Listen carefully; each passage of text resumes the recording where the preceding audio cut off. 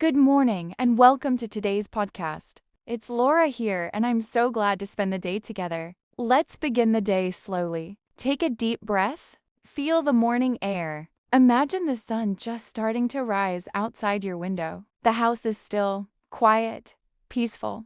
Those little moments of silence. They are rare sometimes, aren't they? Even if it's just a few minutes, they make the morning special. Feet touch the floor.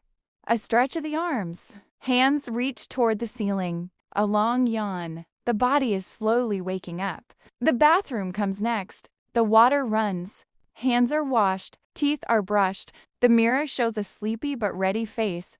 Sometimes, I notice little details, like how the light falls on the sink, or how steam rises from the shower. Moments like these are small, but they set the tone for the day. Now, coffee or tea? I always go for coffee first. The kettle boils. Steam rises gently. The cup is chosen carefully. Milk pours into the cup. The aroma fills the kitchen. Do you notice how smells can shape your mood? Coffee smells warm, comforting, familiar. It's a simple pleasure. But mornings like this make me feel comfortable. Breakfast comes next. Toast, eggs, maybe fruit. Nothing fancy. Simple, easy, but enough to feel ready for the day. While eating, I like to think quietly about what's coming next. Maybe you do too. It could be a meeting, some emails, chores, or studying. Whatever your day holds, this is a moment to prepare mentally. A calm breakfast. A cup of coffee. A few quiet thoughts. This is the beauty of morning routines. Have you noticed how small routines help life feel easier? That's the word I like today, routine. Routine means the usual way things happen. It may sound simple, but consistent routines give a sense of balance. Balance that makes the rest of the day smoother. After breakfast, dishes are cleared. The kitchen becomes quiet again. A towel dries the plates. Windows are opened slightly. Fresh air enters the house. It smells faintly of flowers or wet grass. Maybe the world outside is still waking up too? Now it's wardrobe time. Clothes are chosen carefully. Something comfortable, easy to wear. Shoes are ready. Bag is packed. Keys are placed near the door. Even small actions, like pouring coffee or choosing clothes, can be moments of mindfulness. Pay attention to them. Notice the details. These little observations, they improve attention and also English listening naturally. By mid-morning, the day starts to feel busy. Emails appear. Tasks pile up. Phone calleth ring. Busy means a lot is happening. It's not stressful, just active. And that's okay. A busy day can be productive. It can feel fulfilling. If we approach it calmly, between tasks, I like to pause and notice the little things. A bird outside the window, footsteps in another room, the hum of appliances, even short sentences from a family member. This looks good. Did you finish it? Small English phrases like these, they become familiar when heard daily, without thinking about learning them. Mid-morning is often a good time for reflection. A quiet cup of tea, a few moments to think. Notice your surroundings. Notice your thoughts. Even simple reflections can be meaningful. Sometimes I take a little walk around the house, stretching my arms, looking out the window, observing nature, even noticing clouds moving in the sky. These moments are peaceful. Peaceful is another word worth remembering. It means calm, quiet, relaxed. This sense of calm, it improves focus and mood. And listening to English feels natural when paired with a calm mind. After returning from the walk, tasks resume. Emails, small chores, phone messages, even small sentences matter. Done. Ready? See you later. All part of natural English. Sometimes, a little music plays. Just softly in the background, it lifts the mood, makes the house feel alive. Little rhythms of life. Songs, footsteps, conversation, all English in action. By late morning, the body starts to feel slightly tired. Another stretch, a sip of coffee, maybe a glance at a calendar or notebook, planning for lunch, errands, or work tasks. Even reflections on the past day can appear. What went well yesterday? What do I want to do better? Simple self-talk. Short sentences. Practice English naturally without pressure. Sometimes it's good to notice habits. Small, repeated actions. Preparing the coffee cup in the same place, cleaning dishes in the same order. These habits, they form part of the daily routine again. The clock moves. Minutes pass. Mid-morning slowly flows into lunchtime. The afternoon begins slowly. Maybe lunch has been finished, dishes are cleared, and there's a short pause in the day. I often like to take this time to stretch a little, walk around the house, notice small details I might have missed in the morning. A shadow on the floor, the hum of the refrigerator, a soft breeze from the window. Even these small sounds can feel comforting. Sometimes, I like to open a window fully. Let the air flow through the house. The temperature changes slightly. It's a small reminder that the world outside continues to move, while here, inside, life has its own rhythm. Afternoons are usually a bit busier. Maybe it's work emails, or a quick call from a friend or family member. Busy is the word for this time. It doesn't mean stressful. Just active, tasks moving quickly. I like to take short mental breaks, even 30 seconds. Close your eyes.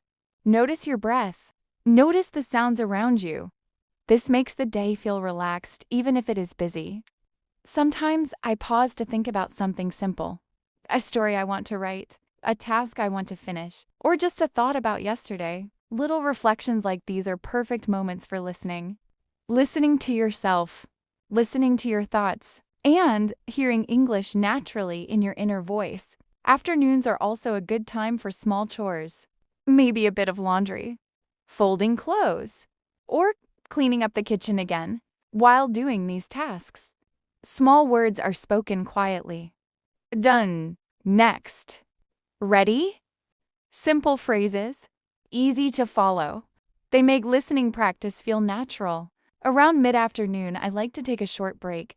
Cup of tea, a few minutes to sit, notice my posture, notice the warmth of the cup in my hands. The word comfortable comes to mind. Comfortable doesn't just mean a chair or a bed. It can mean feeling calm, at ease. Even the simple act of sitting quietly can feel comfortable. Sometimes I like to combine this with a little mindfulness. Notice the sound of the wind, the way light falls on the table, the smell of coffee lingering. All small details, all English in action, in context, without forcing it. Later, I might check my phone again. Messages from friends. A reminder of a meeting. Nothing urgent, just small interactions that keep life moving sometimes. I notice that even small phrases are interesting. See you later? Finish? How are you feeling? These simple sentences, they show natural everyday English, and they're the kind of phrases we use without thinking. Exactly what we want for listening practice. The afternoon slowly moves into early evening. Shadows lengthen. The sun lowers. Light changes in color, and the house feels different again. This is a good time for reflection. Think about the day so far, the small achievements, the things that went well, and maybe even small challenges. Eventually, everything will get done. Eventually is a useful word. It means not right now, but later. Tasks, learning, life, it all moves in time, even if the day feels busy. Eventually, it all finds its place. Sometimes I like to write a few notes. Little reminders, plans for tomorrow, or just reflections on today. Afternoons are often when creativity peaks. Even simple moments, a bird outside, a song softly playing, a memory from a friend, can inspire thoughts, words, or even sentences in English. I also like to move around, stretch my legs, walk to a different room, notice the small differences. The quiet hum of life continues, and English surrounds us in simple, small ways. Evening arrives slowly, the sun dips lower. The house begins to feel softer. Shadows stretch across the walls. Dinner is the next big moment, a simple meal. Pasta, vegetables, or leftovers. Nothing complicated. but enough to feel satisfied. The smell of food fills the kitchen. And even if you're alone or just with a few people, the act of preparing, smelling, tasting food, it's an English experience. Small sentences form naturally. Dinner smells great. Pass the salt. Enjoy your meal after dinner. Dishes are cleared. Lights dim. And the living room becomes a quiet, relaxed place. Sometimes I like to sit with a cup of tea, maybe a book, maybe a show, maybe just my thoughts. The evening is a time to feel peaceful. Peaceful is another word I love. It means calm, serene, without rush. In evenings like this, even a few minutes of peace are very valuable at night. I like to reflect on the day, what went well, what could be improved. Even small reflections help. English can come naturally here too. I did well today. Tomorrow will be better. Everything is going smoothly. These sentences are simple, but hearing them, thinking them, or saying them quietly all help your English fluency naturally. Sometimes I make a little plan for tomorrow, a few simple tasks, a small goal, nothing overwhelming, just manageable. Nighttime is also a time to wind down. Clothes are set aside. Bed is prepared. Soft blankets. Soft pillows. Take a few deep breaths. Notice your body. Notice the calm in the house. The world outside. Quiet, the house inside. Familiar, and before sleep.